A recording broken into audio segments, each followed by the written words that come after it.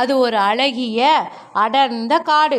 அந்த காட்டில் ஒரு பயங்கரமான கரடி ஒன்று வாழ்ந்து வந்தது. ஒரு நாள் அந்த கரடி மிகவும் பசியோடு காட்டில் உணவிற்காக அலைந்து திரிந்தது. வெகு நேரமாகியும் அதற்கு உணவு கிடைக்கவில்லை. வழியில் ஒரு மரத்தின் மீது பெரிய தேன்கூடு ஒன்றை கண்டது. தேன்கூட்டை கண்ட கரடி தேன்கூட்டை கலைத்து அதில் உள்ள தேனை குடிக்க நினைத்து அதன் அருகில் சென்றது.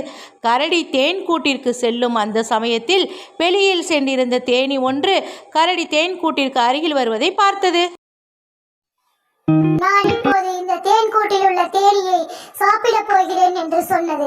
உடனே தேனீ வேண்டாம் வேண்டாம் என்று கெஞ்சியது. இது எங்கள் வீடு, இதை ஒன்றும் செய்யாதிருங்கள் என்று கெஞ்சியது.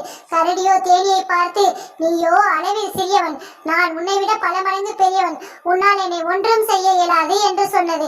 நிலைமையை உணர்ந்த தேனீ கரடியிடம், எனக்கு ஒரு நிமிஷம் அவகாசம் கொடு, நான் என்னுடைய பொருட்களை தேன்கூட்டிலிருந்து எடுத்து சென்று விடுகிறேன் என்று கரடியிடம் கூறியது. கரடியும் இதற்கு ஒப்புக்கொண்டது.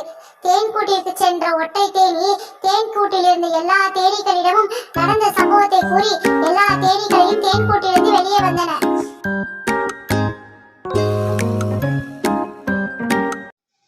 கூட்டத்திலிருந்து வெளியே வந்த எல்லா தேனீக்களும் உடனே கரடியை கொட்டத் தொடங்கின.